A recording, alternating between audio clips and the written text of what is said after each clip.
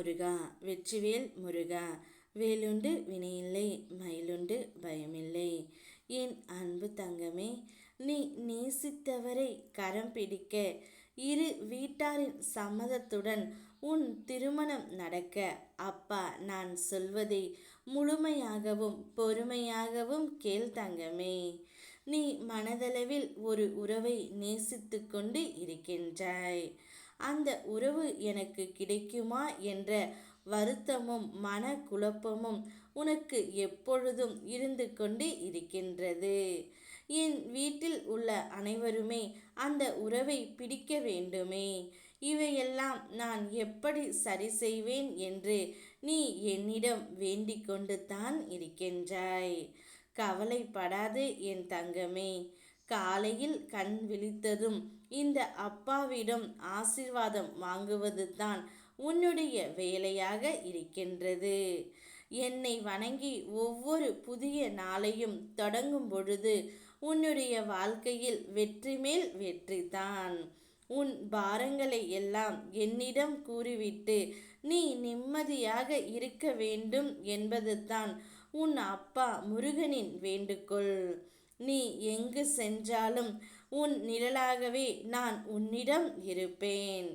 சில நேரம் ஊழ்வினைகளால் உன்னை ஆபத்து நெருங்கினால் உன் நிழலாக இருக்கும் நான் எந்த ஒரு ஆபத்தையும் கிட்டே வரவிடாமல் தூர ஓட விரட்டுவேன். உன்னுடைய பக்திக்கும் உன்னுடைய பொறுமைக்கும் ஈடாக நீ நேசித்தவரையே உனக்கு நான் கொடுக்க போகின்றேன். நீ நேசித்தவரை என்னுடைய ஆசிர்வாதத்துடன் கரம் பிடிக்க போகின்றாய் தங்கமே. உன் வீட்டில் உள்ளவர்கள் அனைவருமே அந்த உறவை ஏற்கும் வண்ணம் நான் செய்வேன். உன் வீட்டில் உள்ளவர்களிடம் நான் சென்று உனக்காக பேசி அந்த உறவை உன்னுடன் சேர்த்து வைக்குமாறு நான் அவர்களிடம் கூறுகின்றேன்.